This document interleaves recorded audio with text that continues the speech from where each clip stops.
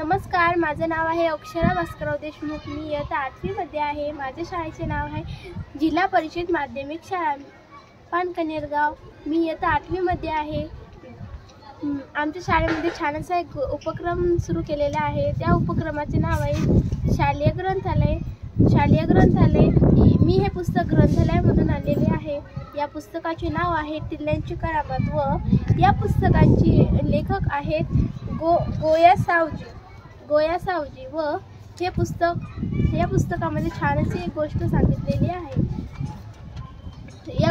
या पुस्तकामध्ये असे सांगितलेले आहे की रविवारचा दिवस होता। सर्व मित्र एकत्रित आलेले होते आणि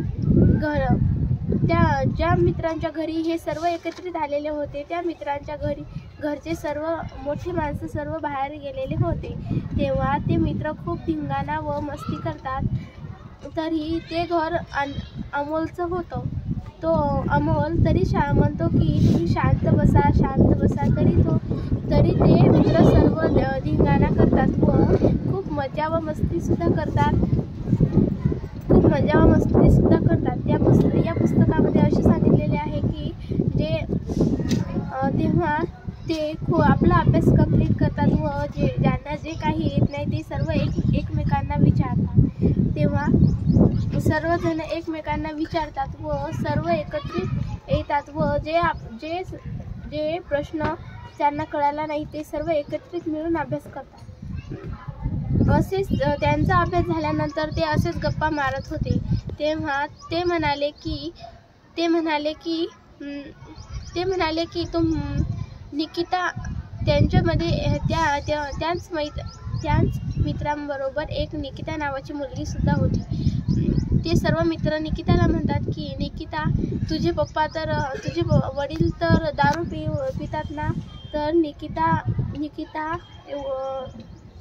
वेगळं तोंड करून म्हणाले की हो माझे वडील दारू पितात। पण निकिता सुद्धा खूप दुःखी होती की निकिताचे वडील दारू पितात। तेव्हा निकिता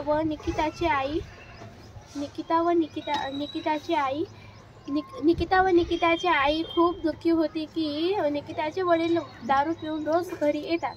त्यांना वाटत असे की निकिताच्या वडिलांनी दारू न पिणे, कारण दारू ही शरीरासाठी चांगली नसते।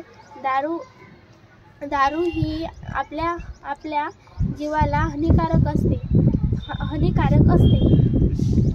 हे निकिताला माहीत होते, पण निकिता सुद्धा काय करू शकत होती की निकिताने तिच्या वडिलांना खूपच प्रयत्न केला की तुम्ही दारू पिऊ नका म्हणून असं खूप वेळा सांगितलेले होते व काही विचार सुद्धा त्यांना सांगितलेले होते की असे होते म्हणून। तरी निकिताच्या वडिलांची दारूची लत ही सुटता सुटेना। तेव्हा निकिताचे वडील दारू पिऊन घरी येत असत तेव्हा निकिताची आई आपल्या मुलीला निकिताला घेऊन कुशीमध्ये रडत असे व निकिता ही आपल्या आई वडिलांची परिस्थिती पाहून तिलाही खूप वाईट वाटत असे। तेव्हा निकिता जेव्हा आपले वडील दारू पिऊन येत असत तेव्हा निकिताच्या आईला आपले वडील खूप मारत असत। हे निकिता बघून खूपच दुःखी होत होती व तिला खूप वाईट वाटत असे। त्याच्यामुळे तिने काही प्रयत्न सुद्धा केले होते की आपल्या वडिलांनी दारू पिऊ नये म्हणून। दारू ही आपल्या अवयवांसाठी खूपच हानिकारक असते, कारण आपले अवयव जे लाखामोलाचे असतात ती दारू आपल्या अवयवांना खराब करत असते।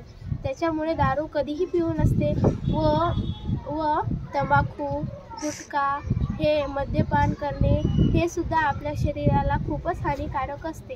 त्यामुळे दारू ही पिऊ नसते, कारण दारू पिल्याने आपली किडनी पोटामध्ये पाणी होणे हे सुद्धा आवश्यकच होते। डॉक्टर सुद्धा सांगतात की दारू पिऊ नका म्हणून, मद्यपान करू नका म्हणून, कारण तंबाखू बिडी ओढल्याने आपल्याला कॅन्सर सुद्धा होते। त्यामुळे तंबाखू सुद्धा खाऊ नये आणि दारूसुद्धा पिऊ नये. निकिताची ही परिस्थिती पाहून खूपच वाईट वाटले. धन्यवाद.